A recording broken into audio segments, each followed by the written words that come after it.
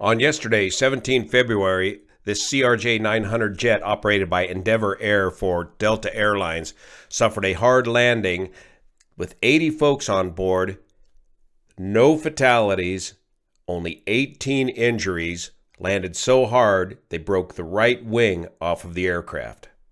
The accident occurred at 2:12 in the afternoon. The aircraft was landing on Toronto's runway 23, meaning they were heading approximately 230 degrees on landing. The winds reported to the crew, the pilots, just before landing, were reported as 270 at 23 knots, gusting to 33 knots, a right quartering crosswind.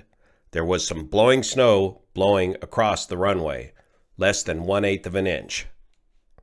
Here's the best video view of the accident to this point, shared on Facebook and social media from a cockpit crew waiting to take off on runway 23.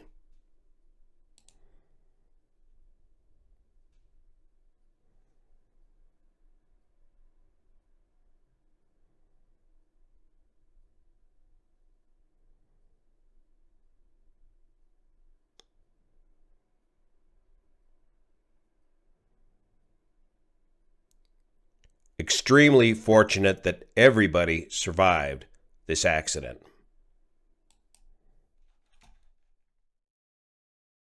This video slowed down shows exactly how this aircraft ended up upside down.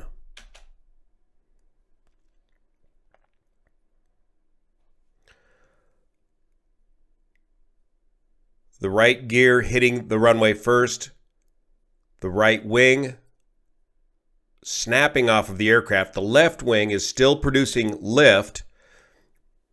That left wing raises up like a large sail until the aircraft finally flips all the way over onto its top. Fortunately, it appears that most of that fire may have been involved with the right wing, which was separated from the rest of the airframe, as most of the fuel in the CRJ is located here in the wings. So now that we've seen how this accident happened, based on the plethora of video evidence out there, it's going to be up to investigators to determine why did this happen. And this should be a fairly easy and straightforward investigation, and hopefully we'll have a preliminary report within 2 weeks from the Transportation Safety Board of Canada as to what happened here, because we've got all the evidence we need right at hand, including all this video evidence. They'll be able to corroborate the CVR, the cockpit voice recorder, the flight data recorder, look into the crew history and see who was flying the aircraft and what their experience level was, and be able to put together a pretty quick picture. One of the first questions we got to ask is, how hard did they hit on that landing? Was it hard enough to break that wing off that easily on that aircraft? Or was there some prior maintenance issues with this aircraft, like we saw in the Learjet the other day in Scottsdale, Arizona?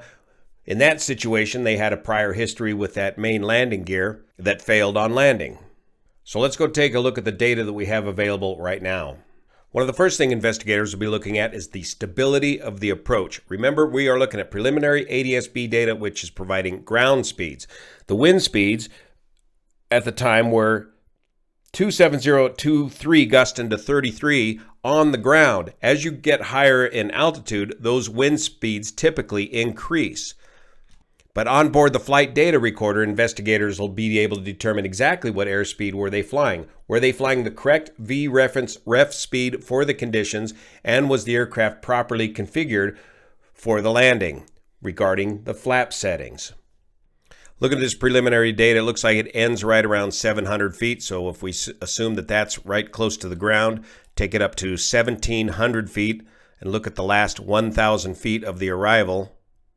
And specifically, we want to look at the rate of descent. So here they are at 1,725 feet ADS-B altitude, 115 knots, again bucking at a minimum a 20-knot headwind.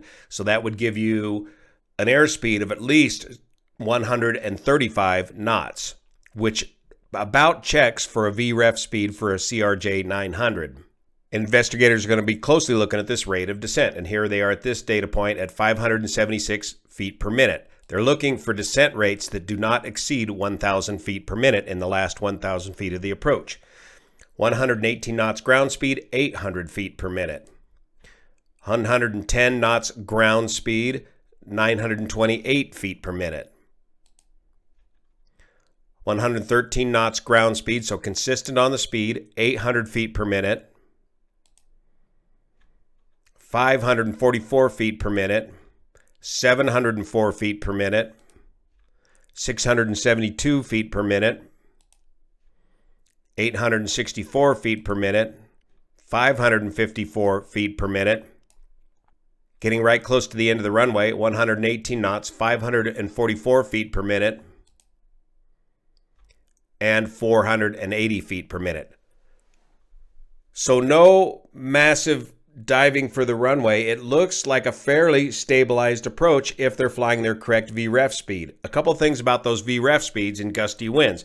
You usually have a wind gust additive specifically for the gusts, and that wind gust additive is not to exceed at 20 knots above your reference speed. So somewhere between VREF plus 5 or VREF plus 20 is going to be your speed for this approach, and that speed will be determined based on your load and your configuration.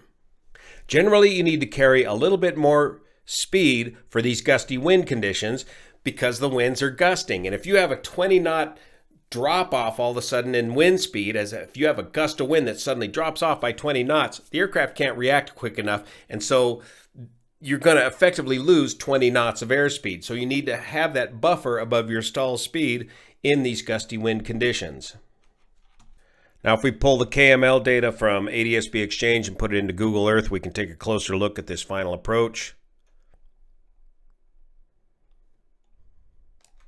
And you can see what appears to be a fairly well stabilized 3-degree glide slope on into the runway.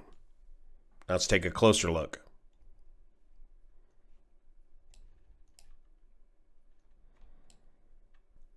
Obviously, this bit of data is in error, but of interest is this last data point from here to here does seem to drop off a little steeper than the rest of the approach. If we take a look back here from behind the aircraft, behind and above, we can see the aircraft begin to drift a little bit to the left of center line, and it looks like they hit the runway pretty short, right at the end of the numbers here on runway 23, and that'll be something that investigators will be looking at, is exactly where did they touch down on the runway. That's pretty darn short if that's where they hit for something like a CRJ. A crosswind landing in a jet is handled just like any other crosswind once you get close to the runway. In this case, he's got the right wing down into the wind to prevent drifting off of the center line of the runway. If you've got right aileron into the wind, it's going to induce a turning tendency to the right, so you got to straighten out the fuselage with the left rudder. So it's right aileron, left rudder to keep it going straight down the runway, but keep the wing down into the wind. Now you're basically cross-controlling the aircraft a little bit, producing a little more aerodynamic drag, so you got to add a little more power to compensate for this action.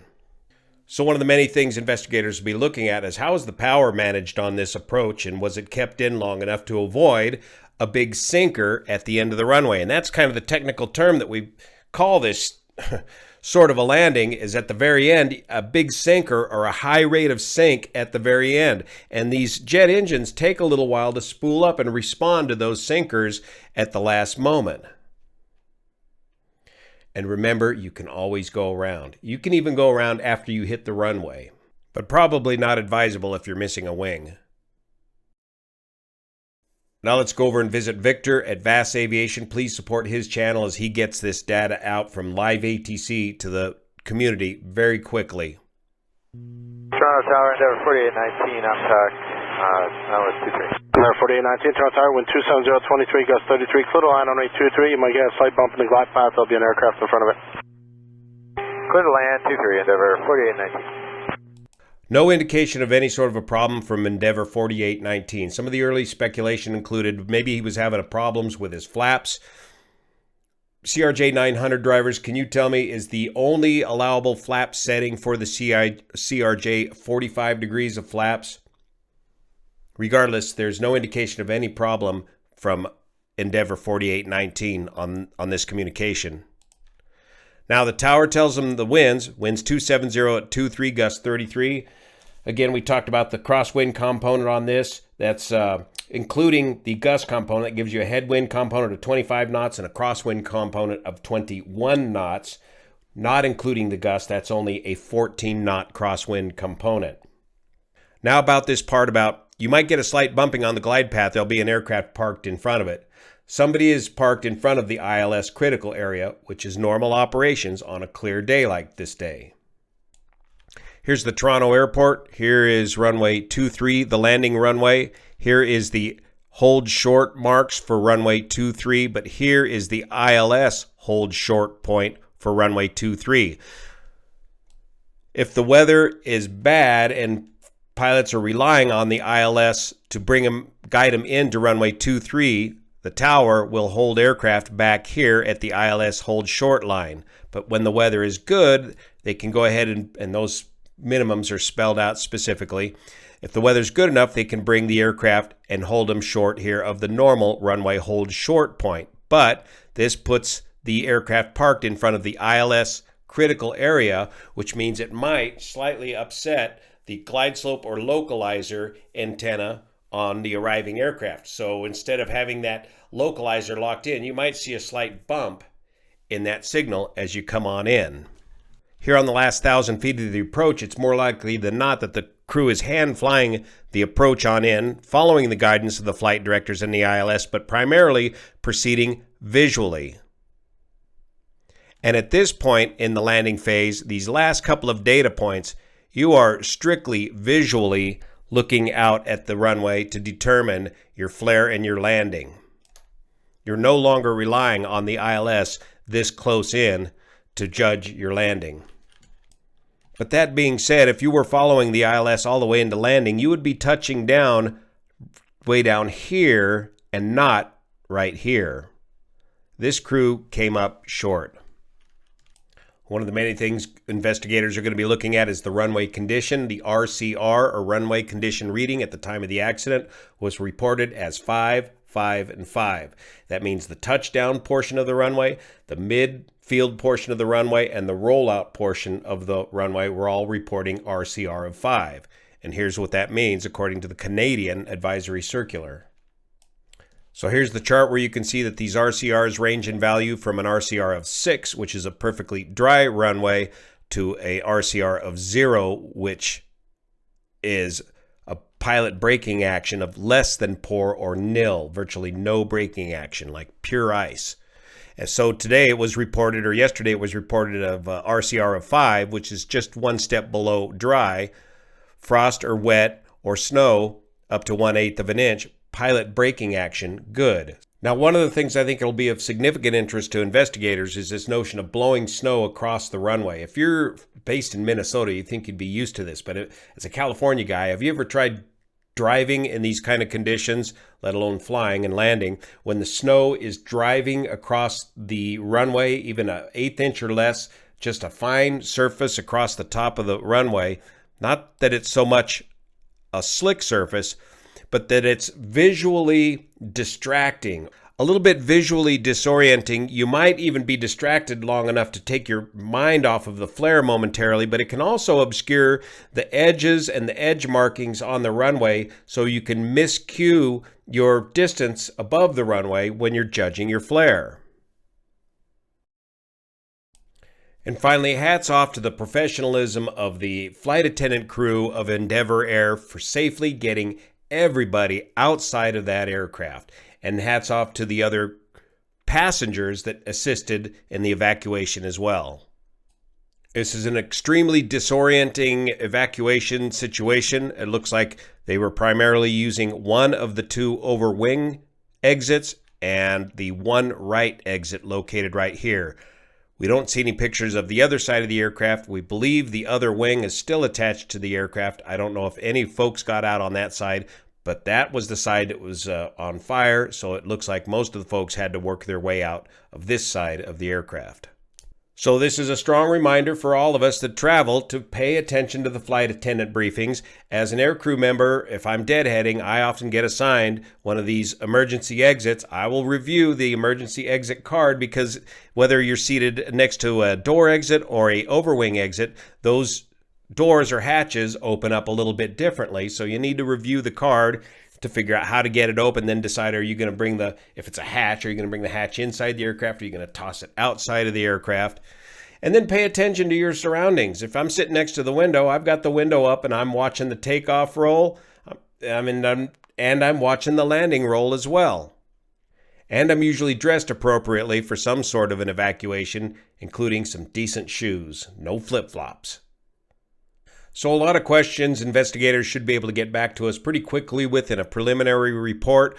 We've got a lot of change and turmoil in the industry as we need to backfill all these aviation jobs, as so many of us are retiring out, aging out at age 65, not only in just the pilot ranks, but in ATC and maintenance as well. And that's another thing investigators will be looking at. Was there any prior maintenance issues with this aircraft that could have led to that right wing snapping off so abruptly?